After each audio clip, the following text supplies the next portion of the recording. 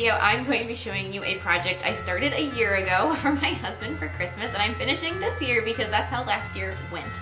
So it is a sculpture, and it started by us going shopping out, and we saw Black Santa and Mrs. Claus sets and White Santa and Mrs. Claus sets. And as we are in a multiracial family, we wanted to have a set that could combine. And the one set that he fell in love with was a set where they were dancing. And he's like, could we just break them and then you can glue them back together? And I said, no, they're ceramic. No, I said, I think it'd be easier to start from scratch. And he just looked at me like, yeah, right. So I did. And I didn't get them painted last year, so I'm painting them this year and showing you how they turned out. I love them. I'm using a product called SCULPT. It's a 2-part epoxy clay. It is super durable, which makes this a very long-lasting project. I hope you love it as much as we do, and don't forget to click subscribe to see all my future videos as well. So I'm pretty much just going to be showing you the Santa. The process for sculpting and painting is essentially the same throughout. So I've got my pieces of copper wire. This is just old copper wire. It's not anything that is like really fancy or specific. If you want to, you can use like floral wire would be a good option.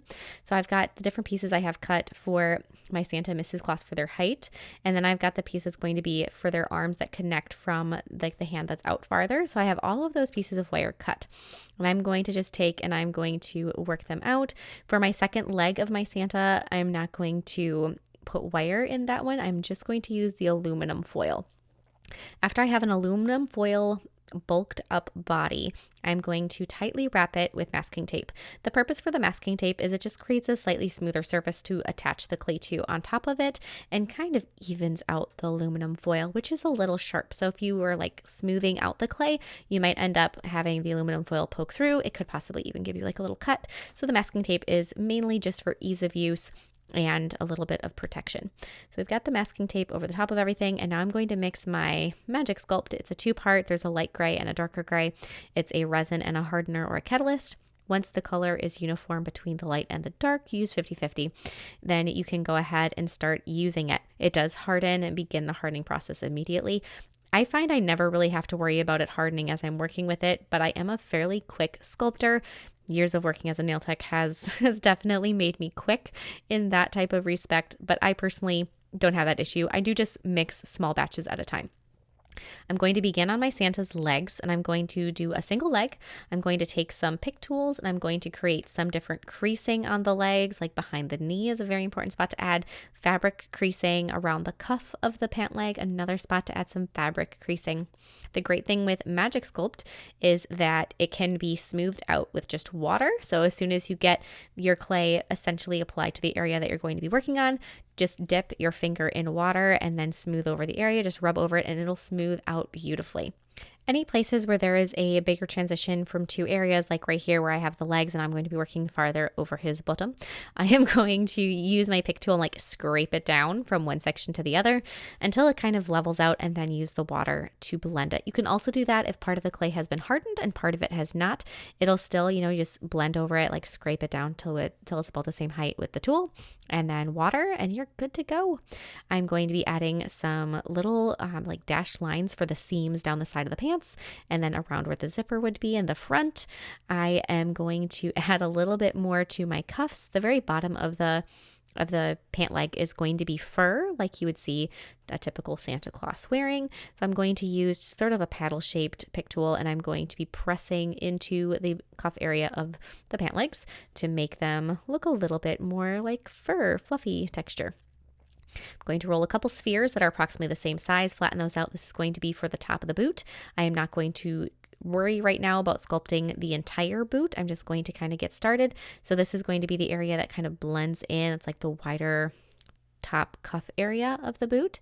And after I've got those, same thing, I'm going to use some water just to smooth them out, blend them, make sure that there's no like big gaps between the cuff of the pant and the top of the boot. Then we can add the feet. Still not doing the whole foot. I'm going to leave this in the basic foot shape, but the very sole of the boots I'm going to wait to add.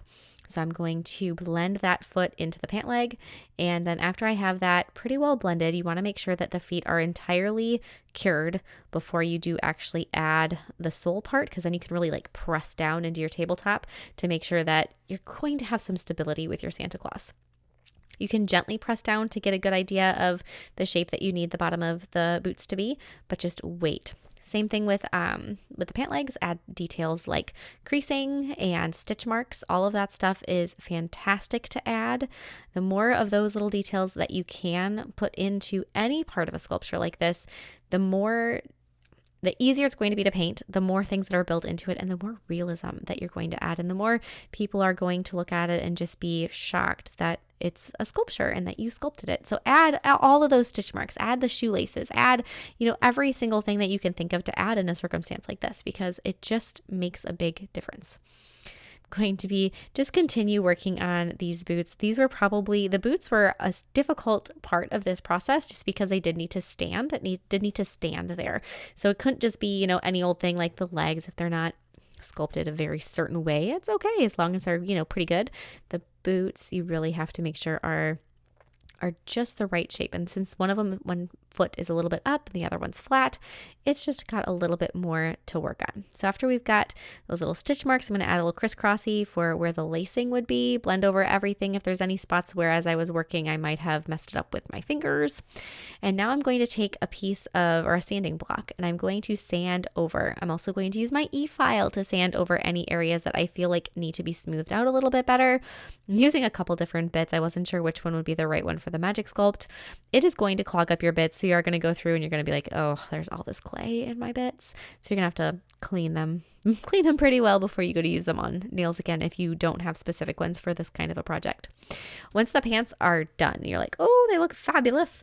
Then you can move on to the coat, a really nice thick section of the Magic Sculpt for like the rim, the bottom of the coat. So it really looks like it's nice and full and warm and thick. And then blend that up towards the top of the torso. Just like with everything else, smooth it out with your little tools there. There's dedicated clay sculpting tools. I am using what my local hardware store calls a lockpick set. And I think that works fabulously, and it is very inexpensive. So that is a very cheap way to get some good clay sculpting tools. I'm going to use my finger to add some nice creasing into my coat. As you are, trying to figure out the placement for things like the wrinkles, the creases, the way the fabric would drape, look at some photos online, look at some like real Santa pictures. I know one time when I was looking for some pictures of a Santa to use as a reference photo, I was having trouble finding Santas that had kind of the vintage glamour, because I love that like old, really rich looking Santa Claus look. And I was having trouble finding that. So if you look up Coca-Cola Santa Claus, you're going to find that styling, if you want that styling, of course. I am going to add the furry edge to the coat as well. And to do that, instead of using the little lockpick tool that I was using on the pants, I actually used my fingernail, which worked a whole lot better. I have almond-shaped nails, and that was just the ticket to get that kind of poofy, dented fur look that I was hoping for. Continue using my lockpick set to scrape away some of the clay just above the cuff so that there is a significant transition from the furry area or the white furry area to the red velvety area. I'm going to have a nice seam coming up the front of the coat. I'm going to add some little dimples for where the buttons will be, stitch marks, wrinkles around the buttons. All of those things are just so important. I'm going to go back over the legs, and some of this really soft clay that I've scraped away from the coat, I'm going to fill in any spots where there was dents or divots in my legs. Now I'm going to roll a nice long snake of this clay, and I'm going to kind of press it out just ever so slightly and try to wrap it around for my belt. I also added the torso portion, the upper torso portion of his jacket. For some reason that didn't make it to the video, but there it be. I'm going to wrap that snake around his center.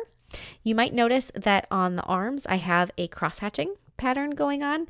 That is going to help the arms attach to the body and really grab. It'll just give the clay something to sink into so that the arms are really well stuck. I added the fluffy collar around where his neckline would be of the jacket. I'm going to roll a bunch of small little balls for the buttons. Roll them all at once so that they're about the same size before placing them on. Set one of the little spheres down, and then you're going to, set all of them down, and then use something that is cylindrical and press into them, and then use a smaller little thing to put the 4 little holes in for where the buttons would be sewn on. Use another small snake of this marvelous clay to add your belt buckle and the little metal piece that goes across the belt buckle as well. Just like that. As you're working with this clay, you really get a grasp of how it operates. If you have never worked with Magic Sculpt before, but you are somebody that really likes to sculpt things, this, I can't recommend it enough. The downfall is it really is just a single color. It is just this gray, at least that I have seen. So you do have to paint it, not like a polymer clay where there is every color you can think of and the amount of painting you have is limited. The reasons I do love this clay is I find it to be very, very user-friendly. I find it easier to sculpt with than a polymer clay or a Fimo. I also find that the fact that it air dries is so reassuring to me, because if you are baking a polymer clay in the oven, if it's an oven or a temperature cure, and your oven temperature is wrong or it doesn't bake long enough, or there's so many things that can make it where that clay ends up being very fragile. Whereas this stuff, I know it is strong. It is so strong. It's like cement. You can like knock on it after it's cured and nothing is going to happen to this stuff. It is marvelous. Once I have my Santa done, coat, besides arms, obviously the arms are missing, but like pants, coat, then I'm going to work on my head. I'm working up the body. The reason I'm working up the body is because as you are sculpting, everything like on top goes over the rest. If he didn't have a beard, then you'd probably want to do his head and his neck prior to the coat. But because he has a beard and I'm going to give him some white hair across the back of his neck too, that's going to go over the edge of the coat. That's still on top. So everything that is being sculpted goes on top of the next step. Pants go under the coat. Coat goes under the beard. I'm going to be adding his eyebrows with this clay as well. As you are working with this clay, like I said, you'll find that it's very user-friendly if you do decide to give it a try. The thing to keep in mind as you are working on it though, as you can see, I'm wearing gloves. It's on the package, it has some warnings about possible contamination, chemical exposure and such. And it does specifically mention if you have sensitive skin that you might want to wear gloves, or after extended exposure, you might want to wear gloves.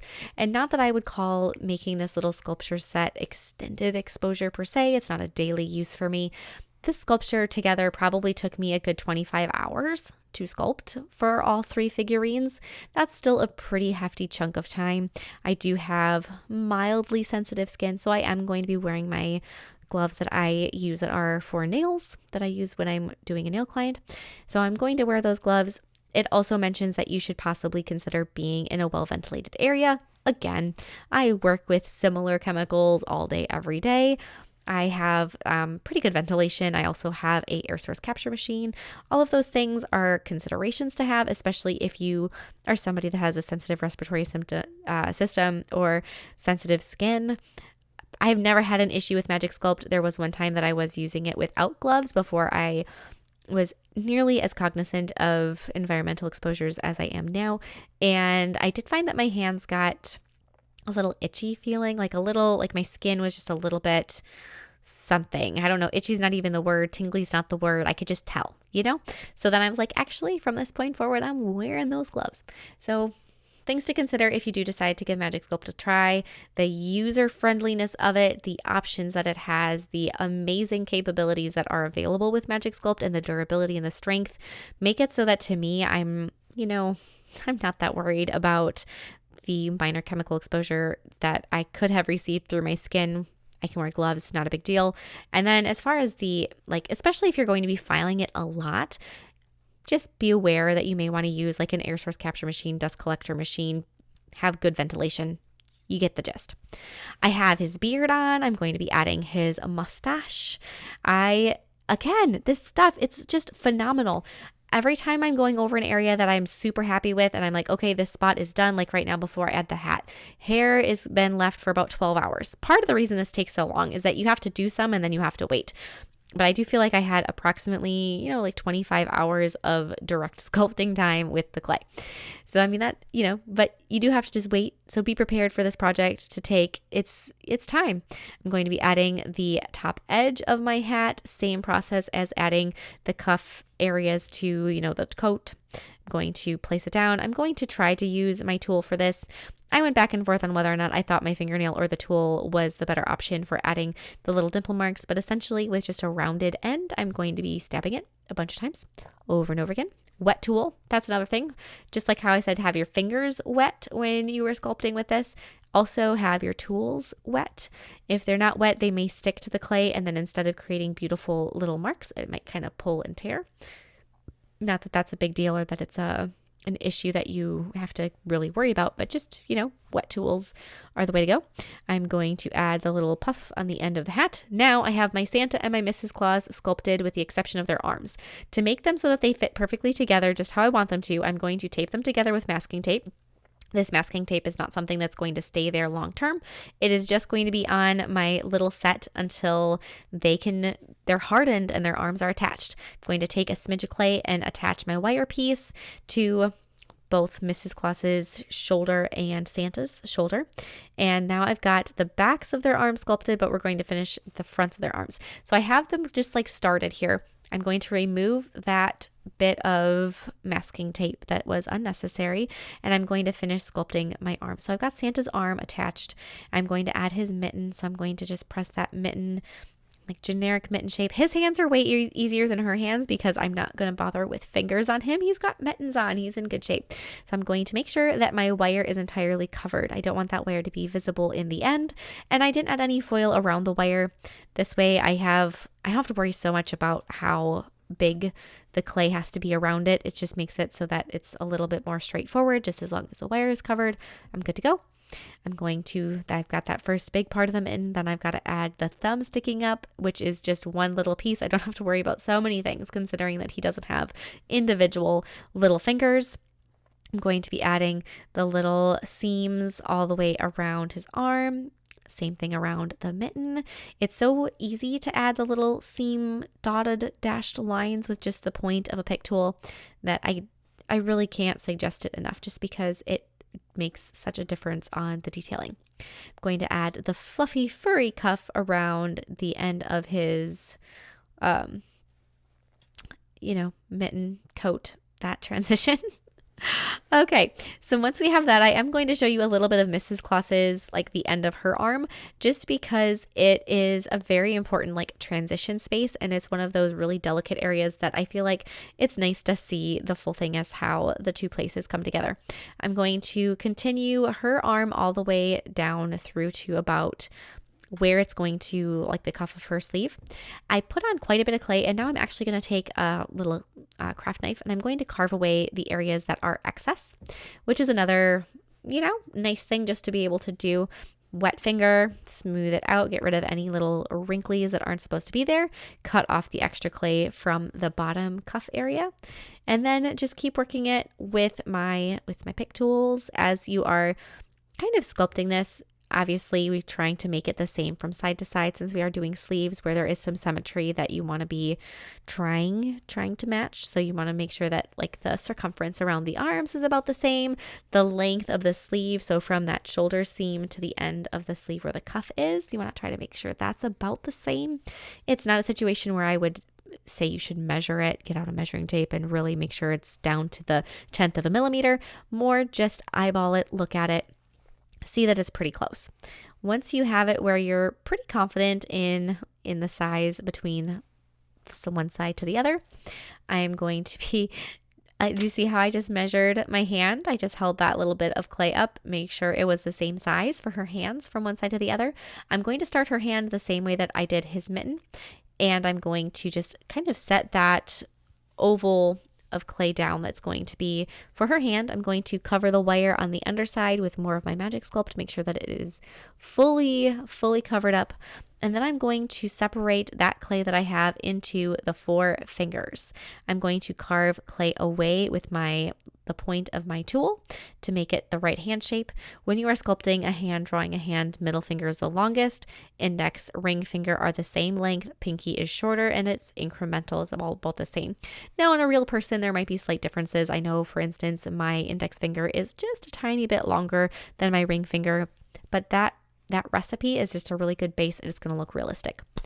After you have all the sculpting done, these are fully cured in my case by about 12 months because I was not prompt enough in painting them, and then it was too close to Christmas, and then I just gave them to him gray, and I told him that was so that he could help me decide in the painting process what they would be. So I didn't paint them on purpose, which is just a fabulous complete lie. It was 100% I ran out of time, but it sounded good. And so there we go. And then I didn't let him help me decide their paint scheme anyhow. Honestly, I know better. So there we are. But we're going to go through and paint everything. As you're painting a sculpture like this, if you couldn't have guessed already, as I was sculpting them, it is going to be super difficult to paint between Santa and Mrs. Claus in that area where they are nearly touching. And practically touching, pretty much touching in a few of the spots. Take your time. That's the best suggestion I have for you, as if this little project hadn't already taken enough time. Take your time. Do the stuff if you want to that's easiest first. I am going to follow my same rule that I followed while sculpting, and I'm going to start with the things that are further back that aren't overlapped, and then progressively overlap things closer and closer to the items that are on top. So for instance, the things that are on top are going to be like the belt, the white cuffs, the hat, those things that are definitely in the front. But just pick some colors, start painting. You can go back and forth between your colors as many times as you need. If you get some of Mrs. Claus's dress color on Santa after he's painted, well, just go through and paint him again. And just keep going back and forth until you are satisfied with your paint job. The tricky part, obviously, like I said, is going to be between them. I do have another magic sculpture to show you in a couple days. So if you like this process, you want to see other things that you can do with it, definitely keep an eye on my channel. I'll be sharing another one with you that is much quicker just overall since it's a single character instead of 3, but also a significantly easier paint job. And honestly, it is just as impressive. It's a little less time consuming, really has a lot less detail to it, but the overall effect in the end is still just, I love it. So come back for that one. But I'm going to be painting my Santa and my Mrs. Claus. I have a slight color difference between their reds. Mrs. Claus is going to be painted in a slightly darker shade of red, more of a cranberry color versus the bright true red that I put on Santa. Besides just painting them their solid colors, you can add further details, add further depth perception to your set by adding some shading to them. When you are adding shading to a set like this, or to anything really, instead of using my darker shade of red to shade my Santa Claus, use the original shade of red that you have and mix black into it. It is going to dull the color by mixing black instead of just using a nice, good, bright, darker shade. And you actually want it to dull your color when you are adding shadowing. You don't want it to be the truly bright, beautiful color and just like a darker version. You do want it to be a bit more of a muted color. That's going to make it look more like shadows. I'm going to be painting my Mrs. Claus's hair a white color, like a white gray. My beautiful daughter saw this set and she thought it was wonderful to start with. She was just very excited that that we had a little set that was our family. But she also wanted to know why we all looked so old, including herself. She's like, I'm an elf, but why do I look like I'm old? It's like, well, I just, I kind of aged all of us. I matured us. So definitely the white gray hair on Mrs. Claus. I was given, however, besides no help from my husband as far as color scheme goes, I was given some very specific beard instructions. I do have some past videos where he is visible and he takes his beard very seriously. And so he's like, well, whatever you decide is fine. But for the beard, I want it to be mostly black with just a hint of gray. So it's a dark Santa beard as far as it goes. I'm always confused. And I ask him every time, like, if it's a black Santa, should it be a black beard or should it be a gray beard? Which way makes sense to you? And he can never answer me. So we decided on dark, but kind of grayish. So that's where we are with this. I'm going to be applying that. And because a beard is rarely the same color all the way through, the things you learn when you're married to a bearded dragon, is that, so because they're not always the same color all the way through, I'm going to be double dipping my brush into both a black and a charcoal gray color paint so that as I'm going through and painting it, it is going to have just a natural blend from one color to the next and not have a solid straight color all the way through. Going to use a mix of my big brushes and my little brushes. It kind of works out well in this type of a situation to get a good base layer over everything. Be okay if you're a little bit sloppy.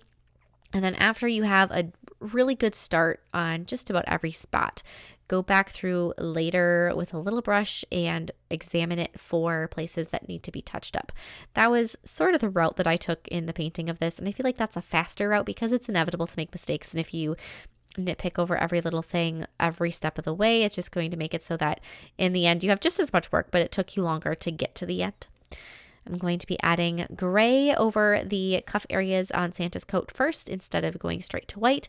Don't rely just on the gray that is painted or that the Magic Sculpt is. You are going to want to paint over the Magic Sculpt. The reason for that being if you do have to touch something up, it's not going to match. So you want to just cover it up. Even if you do want your sculpture to be gray in some areas, don't just leave it the color of the clay. Going to be adding that gray color over everything so that way I have a highlight ability because I'll be able to add white on top of it to brighten it up and really show it off. When you are going through and adding the white to it, be careful that you don't have too much paint on your brush because then it'll just completely paint it white and you won't have that highlight low light effect that we're going for.